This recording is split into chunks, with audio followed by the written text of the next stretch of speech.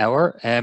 Welcome to this panel, which brings together the three winners of the STR Emerging Scholar Award, Zeke Hernandez, Seth Carnahan, and Vanessa Brbano, to discuss their work habits and their approaches to productivity. My name is Tadhg Ryan-Charleton from Queen's University Belfast. I'm part of STR's Membership Engagement Committee and delighted to moderate this session. Before we begin, I'd just like to thank the Strategic Management Division of the Academy for supporting this panel, and of course our three panelists for generously giving up their time and being with us today. The motivation for this particular panel is twofold. First, we often hear comments about extreme work hours in academia, and I'm sure most of us have probably heard that old adage of you can work whatever 80 hours a week, whatever 80 hours you wish. That maybe necessarily doesn't tell the full picture. And what we've often seen recently through instances like the Meet the Scholar series that the division have won, and also in other commentaries like Zeke's recent Harvard Business article, is that people, the most prolific among us, often have quite balanced work life. So the hope with this panel is that it gives us a chance maybe to flesh that out a bit more, and to hear from the perspectives of three award-winning scholars in terms of their work habits. The other motivation surrounding this panel is that many of the personal productivity frameworks that maybe we turn to that are often used in industry, the Getting Things Done or 4-Hour Work Week or any of these, aren't necessarily particularly well suited to scholarly careers for various reasons. So again, bringing these three prolific researchers here today gives us an example maybe to get into some of the tools, routines and tactics that are particularly helpful for scholarly productivity. The STR Emerging Scholar Award is given every other year by the Strategic Management Division. It recognises a promising scholar who has established a research record of exceptional quality, who has a notable publication record, and who has already demonstrated an impact in the strategic management field. We're fortunate enough today, we've all three winners of the Emerging Scholar Award with us to discuss their work habits and productivity. Zeke Hernandez won the inaugural award in 2017. Seth Carnahan won in 2019, and Vanessa Brbano was the most recent winner in 2021. In terms of structure, this session will begin with some reflections from each of our three panelists in terms of what works for them, what hasn't worked for them, maybe in terms of work habits and productivity, and also what they've learned over time through their careers. We'll then move quite quickly into question and answers, and then at the very end of our hour, I'll close the session with some quick fire questions for each of our panelists. From a housekeeping perspective, there are just a couple of things to highlight before we start. First, if you're happy to keep your microphone muted and your camera on during the session, that would be fantastic. It would be great to see as many faces as possible. The session will be recorded, and we do hope to share it afterwards via the STR YouTube channel. And then lastly, please use the chat function to ask any questions that come to you anytime at all. I'll be monitoring it, and Vanessa, Seth and Zeke will try to answer as many questions as we can within the hour. Please feel welcome to either ask questions that are generally to the whole panel, or else to direct your questions to a specific panelist. With that said, let's move swiftly into hearing from our first panelist.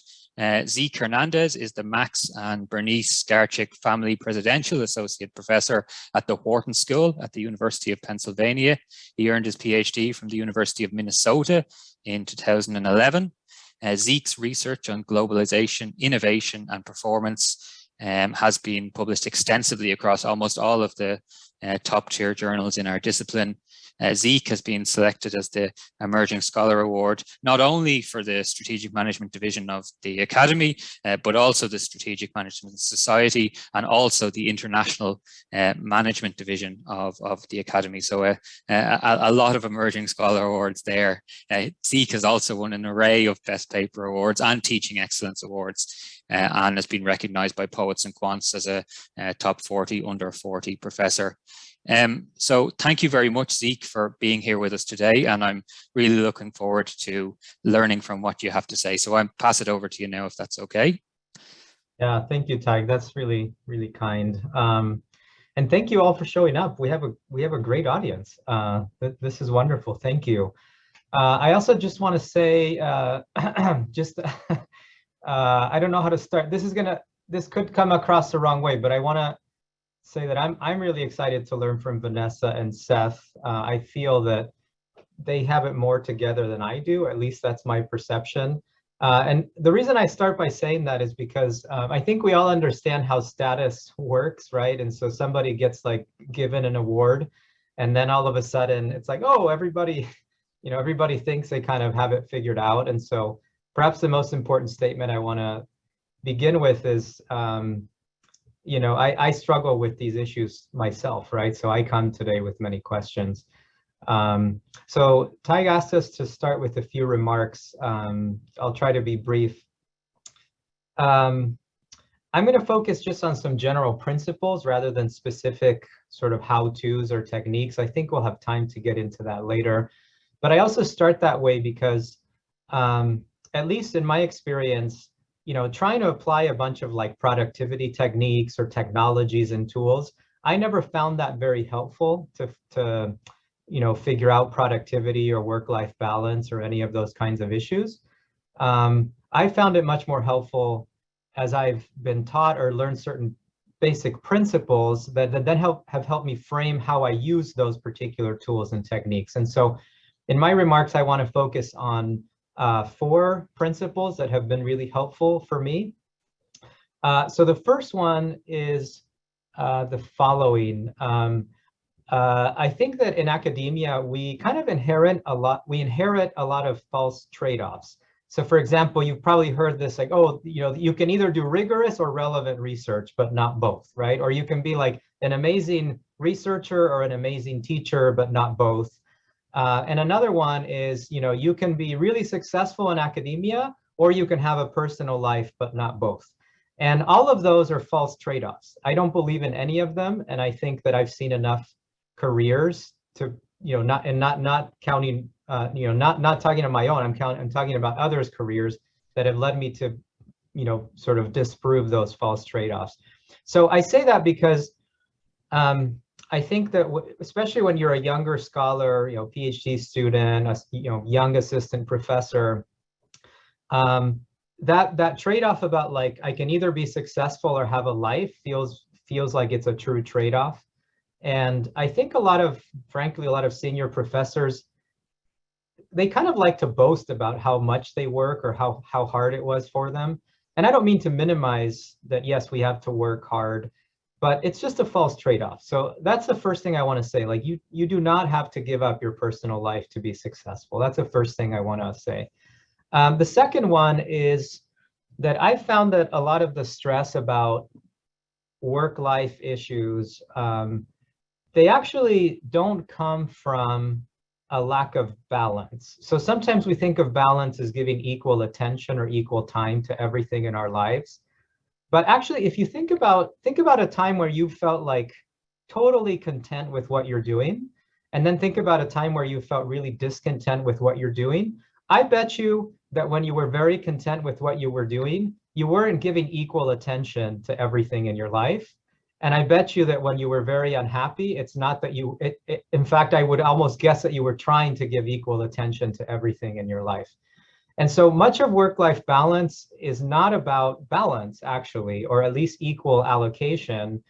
It's about actually feeling that you're doing the right thing, so to speak, meaning that in the moment, you're doing what you want to do or what you feel like you should be doing, whether that's being with your family or whether that's working on a particular paper. And the stress comes from the opposite. It comes from working on a paper you don't want to work on, right? It comes from being at work when you want to be actually with your loved ones. And so I think that tells us something, that it's not really about equal allocation. It's rather about feeling that you're doing the right thing, however you define it. And so I think that more than anything else, you and I have to be really honest with one another on, are we doing what we want to do? Am I working on a paper that I really care about, or am I doing this just because, you know, I think it'll get me my next publication? Right? Am I, you know, should I really be doing this tedious data gathering effort, or is it, you know, is it better for me to spend a little money on Upwork and have someone do this particular task for me? And so I think it's about like being really careful about the things that we choose. And rather than strive for equal allocation of time, I believe in a principle of like negotiated imbalance, that you talk with the loved ones in your life, you talk with your co-authors, your colleagues, and you negotiate, you know, this is what matters to me, this is what matters to you. And then when you come to the agreement, you stick to it.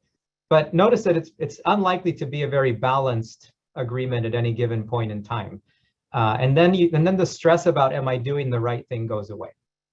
Okay, principle 3 is, so I've written about this, so I apologize if I'm repeating something that you've heard me say before, but the scarce resource in what we do is not time.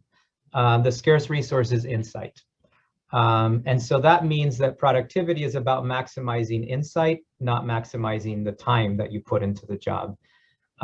This kind of took me a little while to figure out, but so I've written a kind of a Harvard Business Education article about this. I'm happy to put the link in later. So I won't say any more about that, just to give Vanessa and Seth more time. And the last principle I'd like to share is, when it comes to productivity, I think of publishing as just the kind of the mechanics of publishing as like this. You have this factory with 3 phases of production, right? There's new ideas, there's working papers, and then there's stuff that is with the journals at some point in the review process. And the stuff that's in the review process, you have 0 control over. There's nothing you can do about that. So you have to focus on the first 2 phases. And in terms of time management, most time is lost in the transition between phases. So in the transition between idea and working paper, and between working paper and submission, that's where most time is lost and tenure cases get compromised. And so I would say do whatever you have to minimize the transitions. Okay, I'll shut up there. I want to hear from Vanessa and Seth now. Thank you very much for that, Zeke. That point about negotiated imbalance, hopefully we'll get to come back to that. We'll move on, and our second panelist, Seth Carnahan, is an associate professor at Olin Business School at the Washington University. He earned his PhD from the University of Maryland in 2013. Seth's research examines the ways in which employees' beliefs, preferences, identities, and relationships affect performance, and he has also published widely across the journals in our discipline: ASQ, Management Science, SMJ, AMJ, and more. Seth is an associate editor at Management Science and SMJ, and he has earned multiple awards, including a recognition from the Poets and Quants Best 40 Under 40 Professors. He earned the STR Emerging Scholar Award in 2019, and it'll be great to hear his perspective now on work habits and productivity. So thank you very much, Seth. Thank you so much, Tadhg. I'm going to share my screen really quick. I learned this tip from, I think, Rem Koning on Twitter at some point, and it has served me so well, sharing PowerPoint slides as a virtual background. So then you can see my big noggin while I go through a few slides I have to organize my thoughts. Okay, great. Can everybody see that? Are we good? All right, awesome. Okay, so I just have a few slides just to help me, to keep me from rambling. I'm not disciplined at all. Okay, so of course, a disclaimer. I feel like anytime we have a panel like this, I always think of this XKCD comic that says, never stop buying lottery tickets no matter what anyone tells you. I failed again and again, but I never gave up. I took extra jobs and poured the money into tickets, and here I am, proof that if you put in the time, it pays off.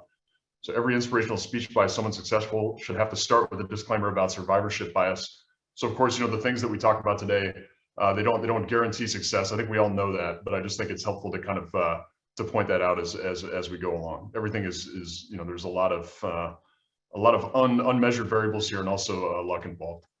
Okay, so just to give you a sense of my background quickly, I did my PhD at University of Illinois in Maryland. My advisor is Rajri Agarwal. I'm American. Both my parents went to college. Neither have a PhD. So that was kind of a new thing for my family. I started the PhD program in 2008 when I was 23 years old. I was single until 2013.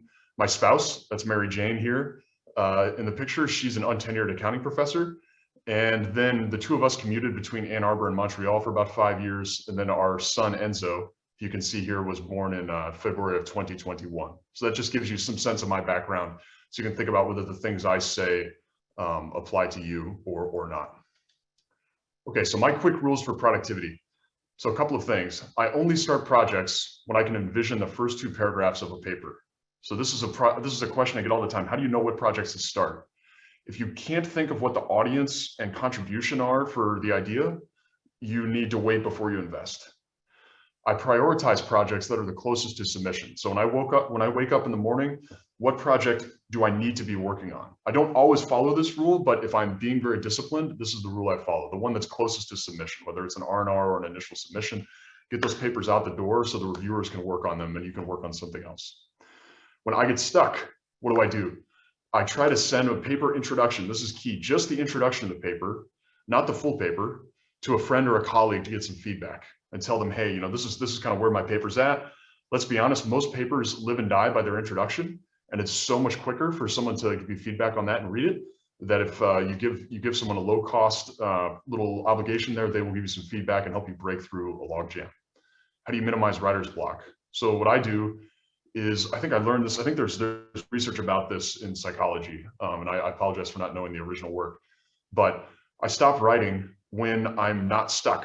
So then that way I'm excited I have to kind of pull myself away because I still have something I want to say, but I find that makes it so much easier for me to start again. Whereas if I go until basically the muse runs out, it's really hard for me to get going again. And that resonates with what Zeke was saying, where so much time is lost in these transitions. And I think even these kind of like micro transitions inside of a project can cause you to lose time. So I try to prevent that. The other thing that I see so many people lose time with is they want their paper to be perfect. You have to remember, no paper is perfect. Just submit your paper to the journal, have a very robust and clear discussion section, mention your limitations in the introduction. If you're really uncomfortable with them, submit the paper and let the field decide whether or not it should be published. Don't make the decision for the field. Okay, so just some quick thoughts on work-life balance as a single person. So when I was single, I didn't do a good job with this. I spent 10 to 12 hours doing 5 to 6 hours of work. And I bet this can resonate with a lot of you on this call. So how do you discipline yourself? So what I did I didn't always do this, but what I found worked well was scheduling things that were not work to give myself a carrot. Schedule evening time with friends, schedule lunch with colleagues. For example, keep yourself honest, send an email like the day before in the morning. It says, I'm going to be eating lunch in this room at 11:30. Join me if you want to. You may wind up eating by yourself in there sometimes, but it will still give you a deadline and give you something to work towards. If you're having trouble getting work done, set a timer for 30 minutes and sprint through a task. These are all things that have worked for me. These are kind of micro. I think this is a nice compliment to what Zeke was talking about. It's more like micro stuff that's worked for me. Finally, to close, what are some thoughts on work-life balance as a married person with a kid? I now waste much less time. Now, the problem for me is tenure and the arrival of my son are perfectly correlated. So it's hard for me. I don't want to make too many inferences here about that. So I don't focus as much on that here. How do Mary Jane and I make things work? We share calendars with each other. I imagine that most people do this, but sometimes I've talked to folks that don't. You should know exactly what your spouse is up to, and they should know what you're up to. It really helps avoid disagreements and things like that. Something else that we've done, kind of like from an organizational design perspective, is we try to establish predictability and accountability in housework by assigning a boss to regular tasks. So for example, I'm the babysitter boss. It's my job to always know who the babysitter is for Enzo if we have something going on. I'm in charge of grocery shopping. I'm in charge of vacuuming. I'm in charge of getting Enzo to daycare in the morning. My wife takes care of that in the afternoon. We have these very predictable tasks that make it easier for us to schedule our day and not waste time on trying to negotiate, who does what. And that makes our household run more smoothly. So with that, I will close and look forward to questions and hearing from Vanessa. Thanks, y'all. Thank you very much, Seth. Some really, really specific points there. Really valuable stuff. Thank you. I do feel welcome to start populating questions in the chat as they occur to you. Our third panelist today is Vanessa Brbano. Vanessa is the Sidney Torrell Associate Professor of business at Columbia Business School. She earned her PhD from UCLA Anderson in 2015. Vanessa's work examines the strategic implications of socially responsible and irresponsible firm practices. Vanessa's work has been published in Organization Science, Management Science, SMJ, California Management Review, and many other top outlets. Vanessa won the STR Emerging Scholar Award earlier this year. Vanessa also has a long list of other research awards, including those from the Strategic Management Society and the Alliance for Research on Corporate Sustainability. Vanessa was also named the Poets and Quants Best 40 Under 40 Professors in 2019. Vanessa, thank you for being with us today. I've been a great admirer of your work, and I'm really looking forward to hearing your views on work habits and productivity. So over to you. Thank you. Thanks so much, Tadhg, and it was great to hear from Zeke and Seth. I feel like I was taking notes as you both were talking as well. Okay, so just a little bit of context on me and sort of where I'm coming from. So I'm a mom of two beautiful boys. My first son was born at the end of my 4th year of my PhD while I was still at UCLA Anderson. And then I graduated in 2015 after 6 years of PhD, and I moved to Columbia. So my oldest was 1 at the time when I moved to CBS. And then my second son was born in 2015 in my first year at Columbia as a junior faculty member. And my oldest was 2.5 years old at the time.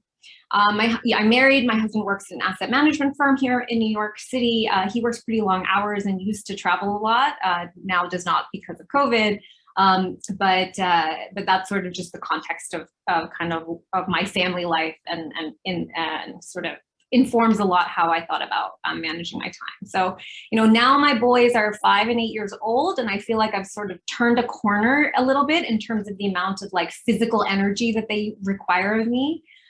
From the point that my kids were sort of from pregnancy to turning maybe about 3 or 4, I feel like is a really just tough time as a parent of young children in terms of just how much attention and like physical energy of you that they require. So because I sort of, I had my first when I was a PhD student, and I had my second as my first year as a junior faculty member, I feel like pretty much my entire academic career, and certainly my entire time sort of post PhD as a junior faculty member, I just haven't really had the option of mentally equating working longer hours as a recipe for success in our field. I always felt like I kind of had to try to work efficiently and be somewhat strategic in my approach to my work time. So the good thing from that perspective is that I completely agree with Zeke in saying that, we aren't in a profession where I think more time spent equals better papers and, greater likelihood of publication, et cetera.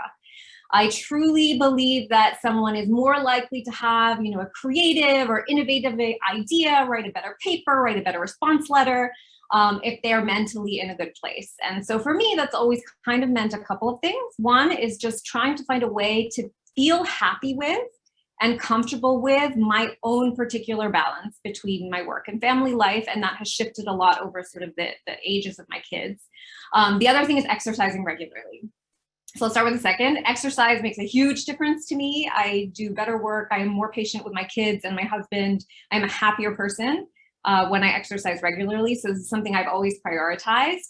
It's probably the one thing that's gotten easier as a result of COVID, since I discovered online exercise classes, which have changed my life. I no longer have to negotiate with my husband or a sitter, which of us gets to work out or what have you. So I now can exercise at home in the morning every day of the week. The other point was, trying to figure out, I think, just for yourself, like mentally, how to feel comfortable with whatever your balance is between your work and family life. And I think that this really varies for everyone, but some ways that I sort of thought about doing this. So since my oldest son was born, and up until a couple of years ago, so this has changed since COVID essentially, but up until a couple of years ago, I, as a rule, did not work at all on the weekends unless I was teaching on a weekend. COVID and kids being at home has kind of changed that for me in the past 2 years. And in part, I think it's also that my kids are older now, so I don't feel like I face as much of a trade-off because I can sort of send an email or maybe read a paper for a review while I'm like waiting on the sideline for the soccer practice or something like that. But when they were really little, the trade-off of sort of working and time spent with them was just very salient to me. So I made the choice that I would not work on the weekends, and I would spend that like 100% dedicated to my kids and my family. And so that sort of forced me to try to be efficient during the week. Again, I think this varies by personality type and just what works for you. But, you know, I personally have found that I don't overmanage my work schedule. Some people find that like blocking 4 hours to write every morning works for them, for example. I've found that life with my 2 kids was just very unpredictable. Some, you know, they could be sick, you have to stay home. Just a lot of things were sort of up in the air. And so I found that sort of sticking to one plan every day didn't really work for me personally. So instead, what I've tried to do is just kind of keep a list, like I'm aware of the things that I have to do, both on the work front and the personal front. And then I kind of make progress on those lists based on my relative energy level on any given day and time. So like for me personally, I tend to be mentally clearest in the mornings. So I try to do whatever requires the most mental clarity at that point. It's often consistent with like Seth's suggestion. If I have like an R&R or something that's farthest along, I'll often sort of focus on trying to work on that. After lunchtime, I am terribly unproductive, I have learned personally. And so I purposefully try to schedule like meetings with other authors, coffees with colleagues. It's also a time when I often schedule personal things like kids' doctor's appointments, parent-teacher conferences, and things like that, because I know that I'm not going to be writing some brilliant introduction to my paper during that time anyway. You know, the other thing that I found worked for me, and just in terms of trying to be happy with my choices in terms of work-life balance when my kids were really little, after I went back to the office after maternity leave, I kind of got into the habit of working late one day a week, Wednesdays. And then all other days of the week, I went home in time to relieve the sitter or the daycare, which meant leaving by 5 every other day of the week. And I didn't work in the evenings because I was too exhausted. Like me logging in at 9 p.m. after, you know, with these 2 little children at home was like completely pointless. So I learned that pretty early on. So, you know, mentally, and kind of like we would joke about it in my home, it was like moms worked late Wednesdays. So on Wednesdays, I would have a babysitter on call that day. I would work late that day. And I just found that like mentally this worked well for me. I don't know how productive I actually was on that Wednesday evening, but all the other days I felt happier with knowing that I had one day that I was going to catch up on anything that needed catching up on. And that kind of liberated me to not feel bad about going home earlier to be with my family on the other days. Another aspect of just kind of my personal approach to working quote unquote efficiently for me has to try to be somewhat strategic in my prioritization of projects, who I work with, and things like that. So, you know, unlike Zeke and Seth, I do not have tenure yet, so they can probably speak better to what actually matters for tenure. But my understanding since early on is that one big part of what matters is basically trying to establish and become known for a research identity that is clearly your own. So towards this aim, I always tried to prioritize my sole authored work first, trying to get those papers out and published. Not anymore. I hope to never work on a project alone going forward because it's so much worse and harder. But I felt like that was sort of important potentially to helping create this identity. And so I sort of prioritized that early on. I only agree to start projects with other co-authors that are clearly related to how I see my research identity. So I think you can kind of see me in all of my papers in some way, and that's deliberate. So I always ask myself, like, would it be clear to some person, like, what my role or sort of relationship to this paper is? And if the answer is no, then I wouldn't start it. In terms of co-authors, again, this has changed over time, but for the most part, and especially my first years as an assistant professor, I worked mainly with PhD students and other junior faculty, kind of purposefully. I don't know if this is true, but, you know, I thought that work with more senior co-authors is sometimes more attributed to the senior co-author and might be somewhat discounted. I'm less concerned about this now since I feel like my identity is somewhat established, but earlier on, I thought about that when I was sort of starting projects. And the other thing that I've been sort of selective and strategic about, I think, is my approach to conferences. I probably went on less conferences than the average scholar, especially in my first few years as a junior faculty member. But I tried to make them count, and I always thought about the time benefit trade-off. So I didn't go to any international conferences. Unfortunately, just the travel time to and from represented kind of too much time away from my kids for me. So I kind of identified what I considered my core audience and tried to present at and go to those conferences. So for me, that's like 1 or 2 sustainability related conferences, like the STR things at AOM, SMS, strategy science, etc. I've never been to the AEA or other econ conferences or econ social conferences, just anything that was sort of like outside of what I considered to be my core audience. I chose that wasn't the right trade-off to make for me. So I guess my 3 principles have sort of been trying to be somewhat strategic in how I allocate my time and think about who I work with, etc. I feel like just given the constraints on the total amount of time I could allocate to work, given my family situation, I just felt I had to think this way. Making choices about balance between work and family that are good, that work for you mentally, I think is really important. And then the third one, just for me personally, like regular exercise has been really important, I think, for me, for my health and mental sanity as well. Thank you very much for that, Vanessa. That's very helpful in terms of getting yourself in a mindset where insights can arrive and can come. We might dive straight into Q&A there. And I saw Louise Morris had a very interesting question in the chat. Louise, if you would like to unmute and ask your question. Sure, and I guess I put in the chat, the question was for Seth and Zeke, but it would be interesting to hear Vanessa's answer as well. So you've had some great tips so far, thank you, and I'm so glad to hear you talking about work-life balance, and that it's not just about working really hard. But how have you been able to manage your productivity now that you've been working from home a lot of the time recently? Because that's, at least I found that's more difficult when you sometimes also have the family around and trying to find the boundaries between what's home and what's work.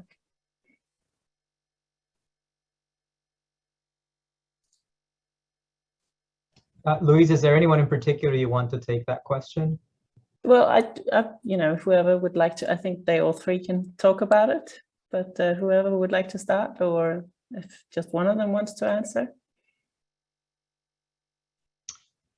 Yeah, so I think that working from home, so I don't mean to knock anyone off their chair, but I think the background is useful here. So I have 5 children. Well, my wife and I have 5 children, so we have a very large family. And so working from home is hard, especially when all 5 of our kids also were doing Zoom school. And so I don't know that I managed that very well, to be honest. I think I just was a bit less productive. But I think that a lot of my work habits, actually, Vanessa and I work very similarly, I think, and everything she said about exercise and time allocation. So COVID didn't change my work allocation too much, right? Because I had already decided that I wasn't gonna do certain things. But I think that the short answer is I felt like I was just a little bit less productive. Yeah, and I had the privilege of tenure at that point, so I sort of didn't stress too much. But I know that being untenured, that's a different story. Yeah. Thank you, Zeke. Prasad, you have a really interesting question up there about boundaries. Would you like to ask your question? And if you want to direct it to a particular panelist, or otherwise one of our panelists will jump in and take it. Yeah, it's coincidental that I'm also picking up my son from school. So I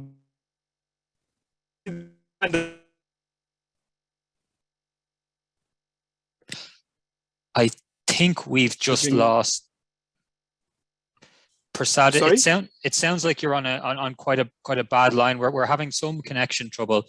So maybe I'll ask the question on your behalf to the panelists. Prasad's question was around boundaries and creating boundaries, as well as handling when boundaries are violated. So if Seth or Vanessa or Zeke want to jump in on that. Did you mean boundaries between home and work, or a different type of boundary? Boundaries between home and work, but also interpersonal boundaries. Work officially with and family related boundaries.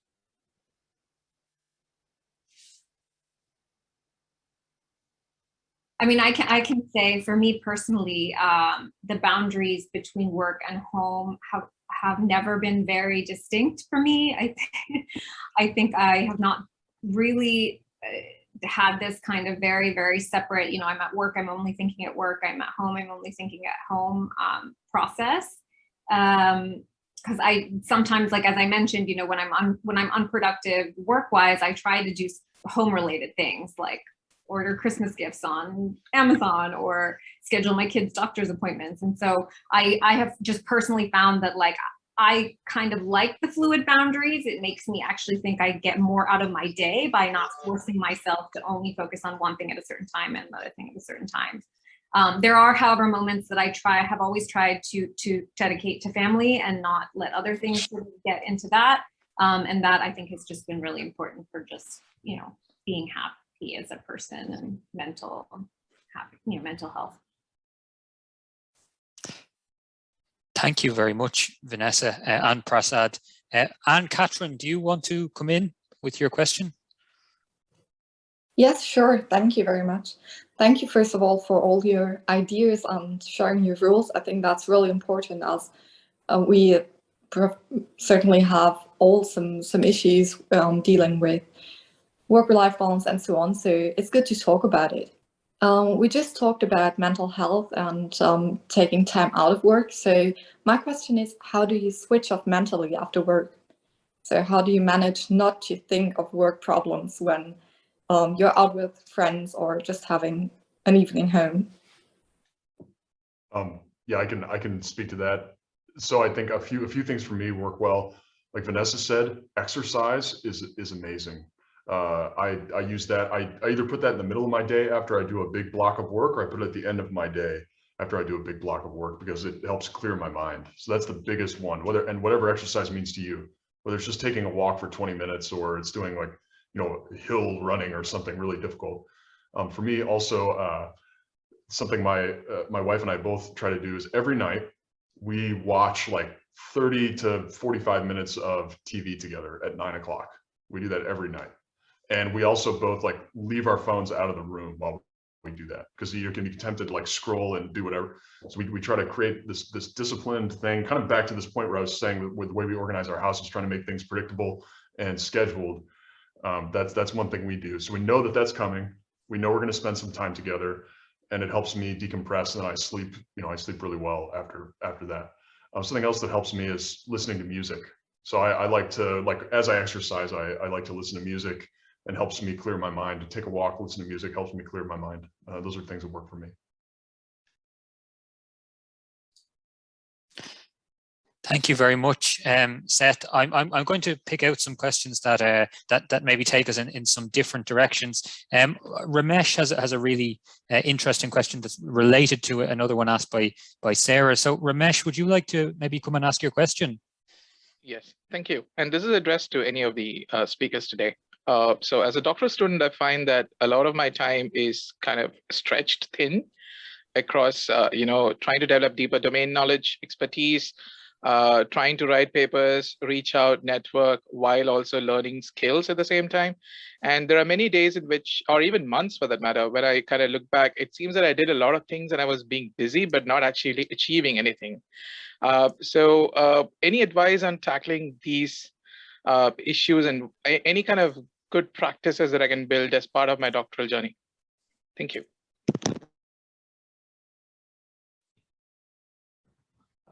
So I guess I'll say just a few things about this. So there's a premise in your question that let me just push back against it just a little bit. So I know that feeling of, like, what did I do today, right? I didn't accomplish anything. It took me a few years actually to realize that like, our job is to think, and sometimes the results of thinking are not very tangible, right? And so productivity is non-linear. It's not actually that linear. And so So sometimes an insight just takes a few days and sometimes a few months of thinking and stewing on an idea, and then there's like the moment of clarity. So you know, I don't mean to say that, yeah, there are ways to be very unproductive, right? But also sometimes if you were just thinking pretty hard, like that's part of our job, right? And it's just different than other jobs. And so be kind to yourself. If you were putting in a sincere effort to think and figure something out, even though you might not have something to show for it at the end of the day, right?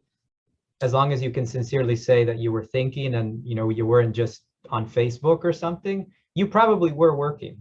The other thing, as far as doctoral student habits, is while you do have to develop skills, that's not equivalent to having to do all the work yourself.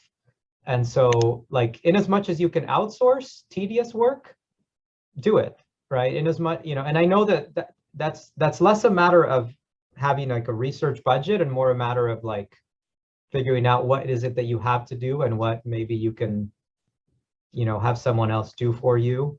So those would be my 2 cents, but I really want to hear what Vanessa and Seth have to say about this.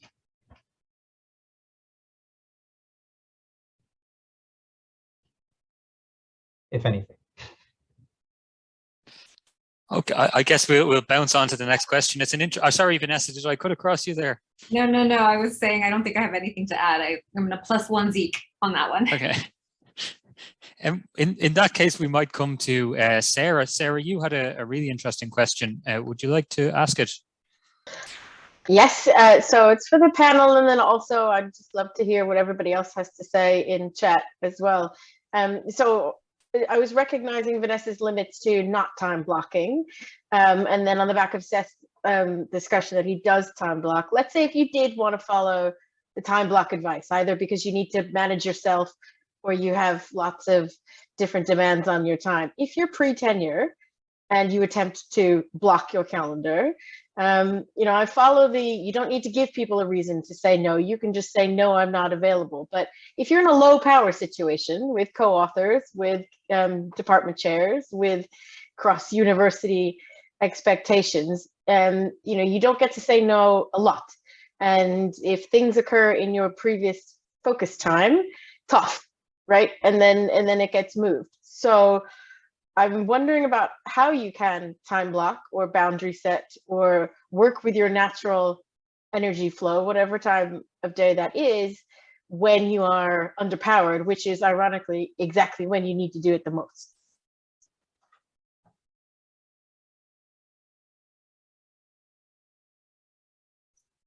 I mean, I would say my approach to that has just been to do it as much as I can. I sort of know the time periods that I'm trying to not schedule a lot of other stuff. And I certainly, what's directly in my control is like when I schedule doctor's appointments and kids appointments and things like that. So that I always take into account and I have direct control of that. But you are right that there are certain things that you don't have control of. I mean, if you have a co-author who's in another continent, you know, you maybe just have to schedule the meeting at the time when you would otherwise want to be writing or something like that. So I feel like kind of like flexible structure is what I've always kind of liked. So it's sort of some basic tenets of trying not to schedule things at certain times. But I mean, realistically speaking, there's people you maybe can't say no to when they ask for that certain time. There's people you maybe can suggest a different time. You can just sort of say like, you know, hey, would it be possible to do it after 2 p.m.? I ask this a lot of people, like, is it possible to do it between 2 and 5? If not, I can make 10 a.m. work. So it's sort of indicating like my preference is to do it another time, but if you can't, like I can accommodate. And oftentimes I found people will say like, oh yeah, that's fine, 2 p.m. is fine.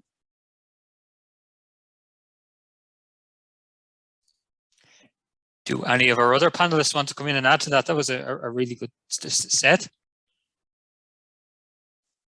Oh, okay. No, thanks. I thought Vanessa that was great. I wouldn't have much to add. That's wonderful. Brilliant. We've an upvoted question from Nikisha.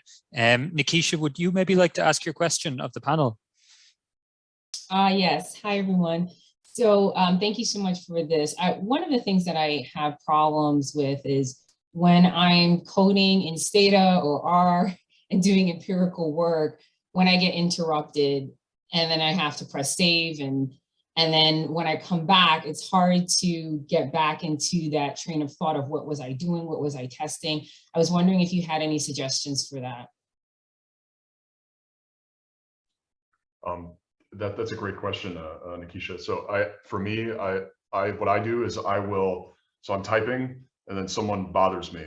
What I say is, hold on 1 second, and I put a comment in the code that says like, and I put in capital letters next, and then I write like something that might be like almost unintelligible, but it's at least something that I was going to do next. And then that helps me come back and sit down and get started again. And I find like this is something where like I have within person variation on this, and I find that when I'm able to do that, I do much better with getting started. And when I'm not, I often get lost, exactly what you're saying. So even if you just put the tiniest thing that might be unintelligible to you a week later, if you come back to it 2 hours later, it might make sense and you can get picked back up.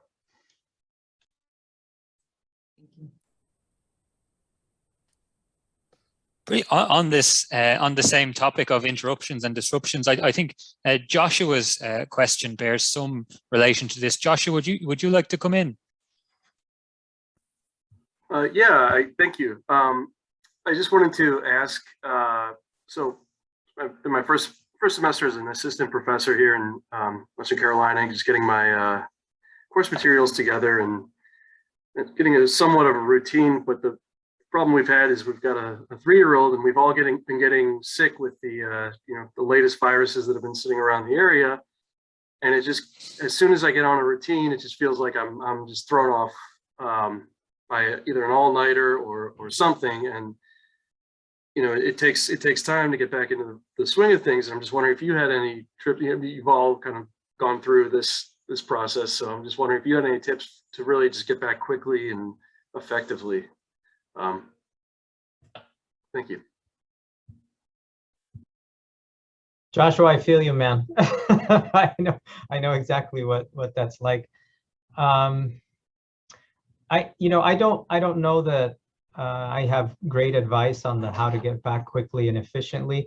Let me give you a much more philosophical answer that I think is behind a lot of the questions that we're getting. Because the scarce resource in our profession isn't time, I think that actually this is going to maybe be controversial, but I don't think that the risk of losing an hour or a day or even a week in small doses is that big of a deal in our profession, actually. Right? I think it's actually worse to try to do too much and overdrive your brain, and then you lose a lot more time, and that's much more damning. And so I think if things happen, so Sarah, a high status person asks you to do something and you have no choice, or Joshua, your kids are sick for 4 days and you just lost those 4 days, or whatever, or, teaching prep took you longer and you need an extra 4 weeks for coding. In the grand scheme of things, actually, it's not that big of a deal in our profession, right? Because I think the thing is, as long as you have that insight, you have that important idea you're working on, a few weeks plus or minus in our profession is not that big of a deal. It's other things where you lose a lot more time, right? Where maybe you're working on the wrong project, right? Where you lose 2 years on the wrong project. Like, that's what's really damning. And so I would say a lot of these things that take away some of your time, they're inevitable, but don't like hypervent too much about those. I think the bigger question is like, are you working on the right thing? And that's a whole nother conversation on how do you know that and all that. But maybe I don't know if Joshua, if that takes some of the stress out, but because yeah, it's just going to happen. Life will happen. Thank you very much, Zeke, and thank you very much to everybody who's sharing perspectives and answering questions in the chat, and giving their insights as well as asking them. It's great to see some of that dialogue. In terms of focusing on what's important, I think Aldona has a really cool question. Aldona, do you want to chime in? Sure. Hi, everyone, and thanks so much. So my question was about prioritization when you work alone in particular. So I find myself kind of pushing away work that is just me in favor of projects where I do have co-authors. And I totally see how, the mechanism behind is that I feel the pressure and I want to make sure I'm a good colleague. So what are your thought hacks, so to speak, to push that work on your own? And I had another question that is now kind of related to what we're talking about, if we can address it in some form, is who is responsible, you think, in beginning to shift this culture of always on to all these wonderful things that you're talking about? And Zeke saying, you know, a couple of days out of your schedule is not actually the end of the world. Who do you think is in charge, or should be kind of the people that could be changing that culture that we may have in certain areas?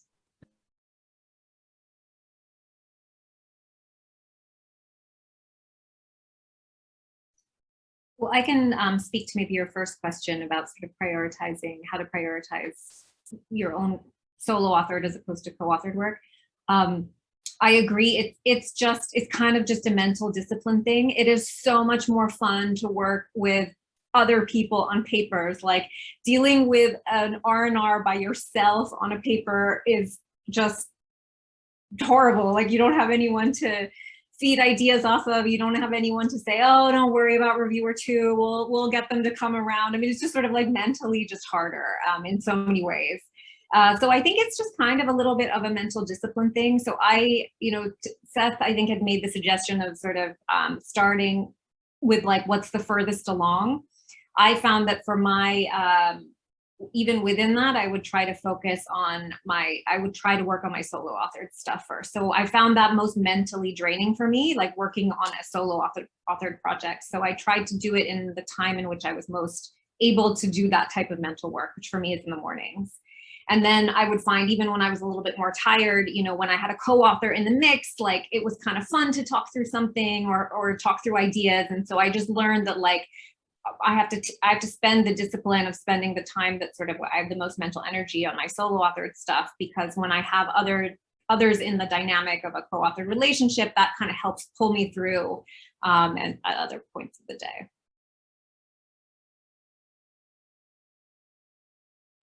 Thank you very much, Vanessa.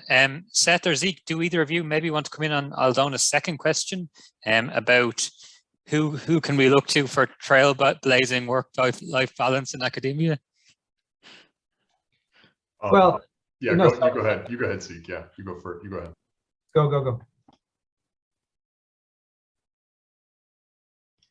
Well, I was just going to say, I mean, I think that's up to senior faculty, right? That's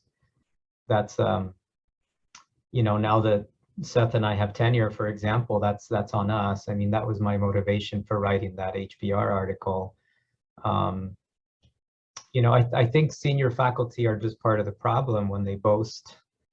And I think actually most of those boasts aren't true, to be honest, but so it's on us. But I think there's a healthy trend. You know, this panel is a good example.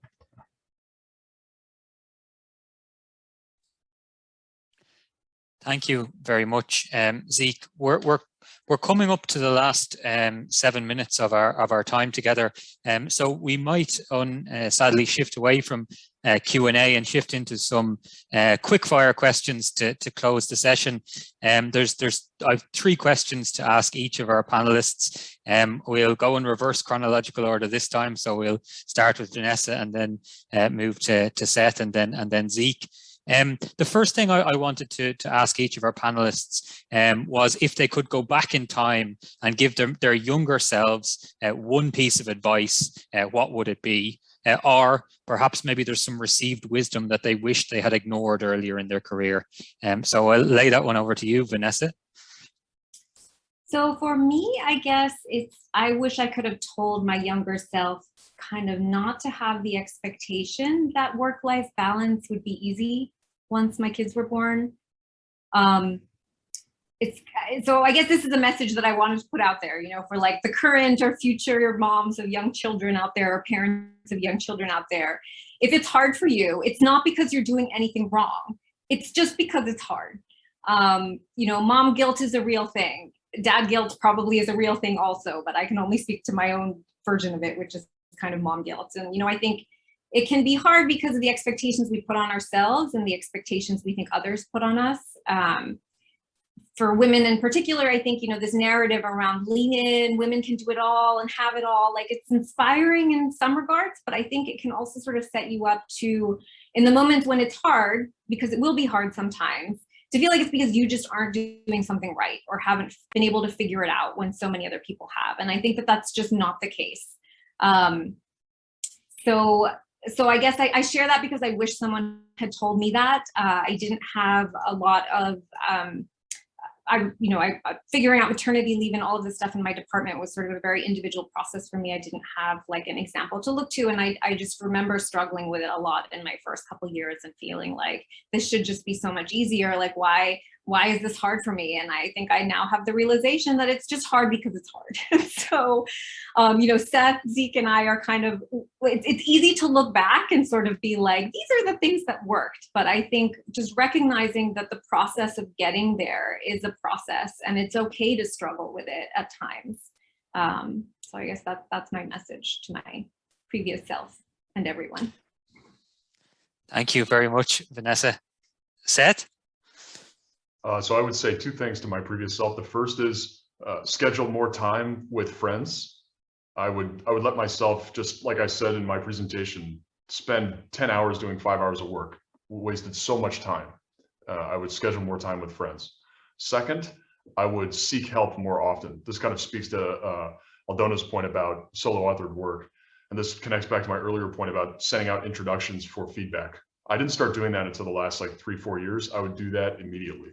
Almost always, whenever you hit a brick wall, look for help, especially on your solo authored work, and spend time trying to cultivate friendships and relationships with people that you trust that will, give you blunt, honest, and useful feedback. Thank you, Seth. Zeke? Yeah, that's all great advice. I hope I can add something valuable to it. I would say, let's see. I think that identity. So we talk a lot about our research identity and all of that, and I think that I have never found what is my identity to be a really helpful criterion for choosing the next project myself. I think identity is like a retrospective thing that you do for an audience. So you do it when you go on the job market, you do it when you go out for tenure. And so I'm just glad that sometimes I just chose a project because it was inherently super interesting and I couldn't stop thinking about it. And later I figured out, oh, that's super related to something else I did before. So I think this advice about only do things related to your identity can be dangerous. Of course, you could take what I just said to the extreme and that would be dangerous too. But what else would I have told myself?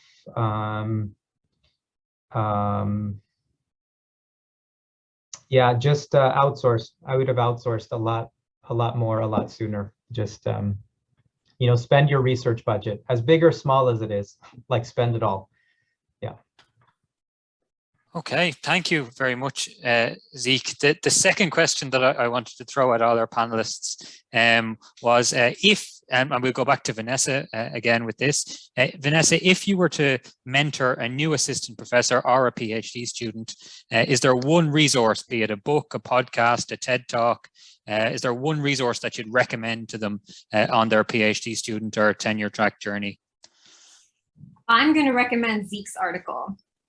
His HB, I think it's an HBR article. That's going to be my recommendation. So brilliant. That Zeke for everyone. It's a good one. I read it and it resonated with me a lot. Thank you, Vanessa. Seth? I totally agree with that. To try to add something else, I'll try to put it in the chat, but I think there are some really nice tips out there for how to think about writing an introduction. So I think many of us probably know Ezra Zuckerman's guide for writing an introduction and identifying good ideas. I think that's really, really helpful. I'll find that and put a link in the chat. I'm sure many of you have seen it, but for those of you that haven't, or even those of you who have, I think it's always helpful to read that. Thanks, Seth. Zeke? I would say Udaya Pearl's notion of causal inference. So if you want like kind of the popular version of it would be the Book of Why, or he has a 2010 book called Causal Inference.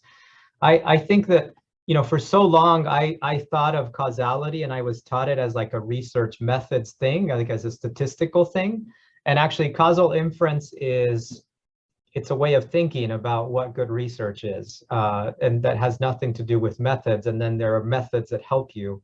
And so I think Judeo-Pearl offers the most enlightened version of what causal inference is, that takes theory seriously and joins it with methods, as opposed to thinking of like there's theory and then there's methods, and that's what causality is about. So I wish I had Judeo-Pearl's philosophy, 15 years ago. Yeah. I haven't read that. Thank you, Zeke, for pointing that out. So in our very last 60 seconds, one more question for all our panelists. Vanessa, back to you. When you feel overwhelmed or if you lose focus temporarily from your work, what do you do and how do you deal with it? I do some form of exercise. I like yoga a lot. I do CrossFit. I go for a run, like all of it. I somehow physical exertion is an amazing mental reset for me. And then I just find I'm better able to deal with everything after. Brilliant. Thank you. A +1 to what Vanessa said. Something I would add is box breathing. It's a very low grade form of meditation. I'll put a link in the chat on how you do this. You breathe in and out and hold your breath and exhale. This is a good way to calm yourself if you're about to give a talk or something like that, or if you're just kind of feeling overwhelmed and you don't have the opportunity to go for a walk. This is what I do, and I'll put a link to the chat in that. I find it to be very helpful. Thanks, Seth. Yeah, exercise, and I like movies, so a good movie. Yeah. Brilliant. Well, all that remains is for me to thank our audience for being here.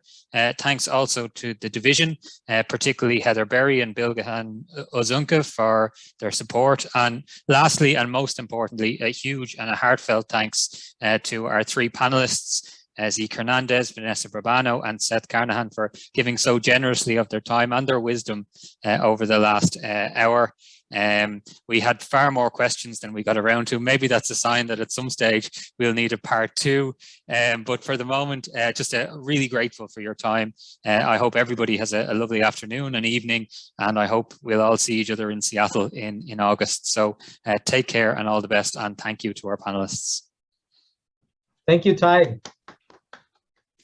Thanks so much, y'all.